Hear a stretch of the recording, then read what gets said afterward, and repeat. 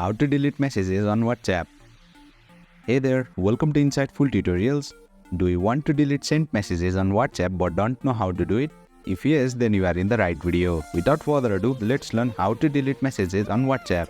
Open WhatsApp on your device. You will land on the chat section. Select the conversation in which you want to delete your message. Long press on the message you want to delete. A menu will appear at the top. Tap on the delete icon. Once you click on it, a confirmation pop-up will appear with some options to delete. Decide which option you prefer. If you are trying to remove a message only for yourself, click on the delete for me option. But if you are trying to remove the message from both sides, then tap on delete for everyone.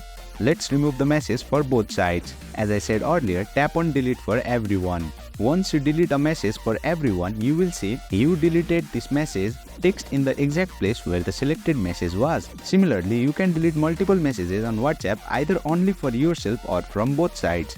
Also note that you can't delete messages for everyone if they are older than a certain duration such as a week or a month. And there you have it, you have successfully learned how to delete messages on WhatsApp. That's it for today's video. If you found this video insightful, please don't forget to hit the like button and make sure to subscribe to our channel for more insightful tutorials.